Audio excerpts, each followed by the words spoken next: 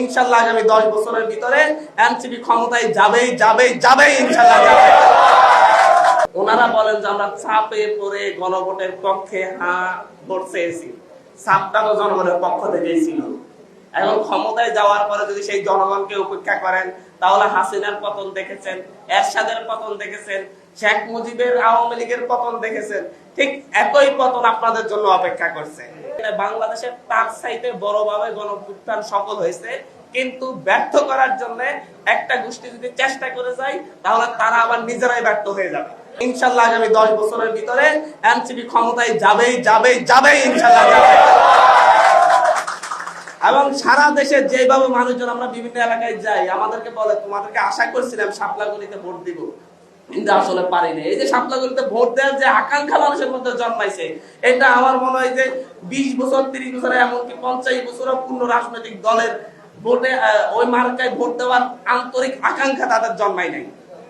মাত্র 30টা আসলে ইলেকশন করে তৃতীয় বৃহত্তম রাজনৈতিক দলের শাপলাগুলি হয়ে গেছে। সেই জায়গা থেকে সামনের দিনে স্থানীয় সরকার ইলেকশনে আমরা অংশগ্রহণ করব। যতগুলো স্থানীয় সরকার ইলেকশন হবে আমরা চেষ্টা করব প্রত্যেকটা স্টেটের চেয়ারম্যানই হোক, মেয়র হোক, উপজেলা হোক, প্রত্যেকটা ইলেকশনে আমরা অংশগ্রহণ করতে চেষ্টা করব। আমরা প্রত্যেকটা জায়গায় প্রার্থী খুঁজতেছি। আমরা সবার জায়গায় যারা আমাদের জাতীয় নাগরিক পার্টি থেকে ইলেকশন করছে তাদের প্রত্যেককে আমরা প্রার্থী করে, এবং মানুষ জাতীয় নাগরিক পার্টিকে ভোট দিবে। কোন ওয়ার্ডে মানুষ 500 জন ভোট দিক, তারপরে জাতীয় নাগরিক পার্টি যে 500 সাপোর্ট আছে আমরা তাদেরকে ভোটের সুযোগ করে দিবে ইনশাআল্লাহ। এবং এইভাবে জাতীয় নাগরিক পার্টি আগাবে।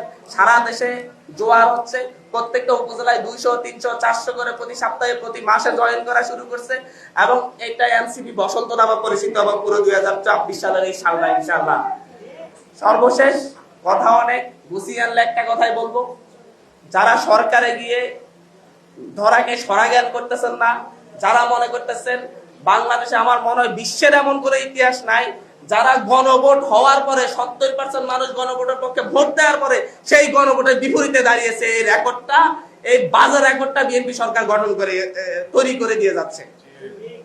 গণভোটকে মর্যাদা দিচ্ছে না, এর চাইতে বড় বিশ্বাসঘাতকতা বাংলাদেশের মানুষের আর হতে পারে না।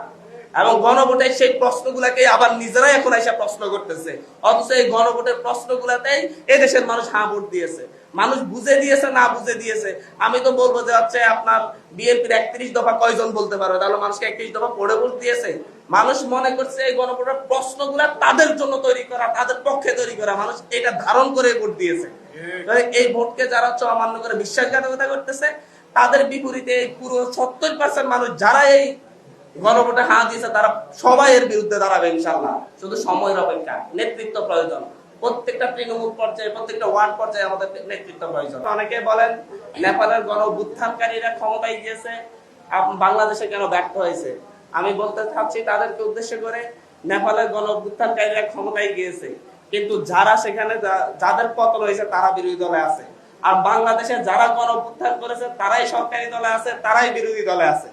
এবং এই বাংলাদেশের মানুষ গণঅভ্যুত্থানের আকাঙ্ক্ষা বাস্তবায়নের জন্য 300 জন প্রতিনিধি নির্বাচিত করে সংসদে পাঠিয়েছে। যারা গণঅভ্যুত্থানের আকাঙ্ক্ষার বিপরীতে দাঁড়াবে, তারা জনগণের সাথে প্রতারণা করবে, প্রবঞ্চনা করবে। এই ক্ষেত্রে আমাদেরকে কোশ্চেন করার কোনো জায়গা নেই। বাংলাদেশের তার চাইতে বড়ভাবে গণঅভ্যুত্থান সফল হয়েছে, কিন্তু ব্যর্থ করার জন্য একটা গোষ্ঠী যদি চেষ্টা করে যায়, তাহলে তারা আবার নিজেরাই ব্যর্থ হয়ে যাবে। এটাই চরম বাস্তবতা। আমরা যে যারা এখন সরকারে আছেন, বিএনপি, ওনারা নির্বাচন আগে তো বলেছেন যে ওনারা গণঅভ্যুত্থানের সকল আকাঙ্ক্ষা বাস্তবায়ন করবে, গণভোট বাস্তবায়ন করবে, গণভোটে দেওয়ার পক্ষে কথা বলেছেন। এবং ওনারা এইসব কথা বলেছেন, মানুষকে গণঅভ্যুত্থানের পক্ষে আহ্বান করেছেন, গণ আকাঙ্ক্ষার পক্ষে আহ্বান করেছেন, বিদায় এদেশের মানুষ হয়তো ওনাদেরকে ভোট দিয়েছে। কিন্তু ওনারা বলেন যে আমরা চাপে পড়ে গণভোটের পক্ষে ভোট চেয়েছি। চাপটা তো জনগণের পক্ষ থেকেই ছিল।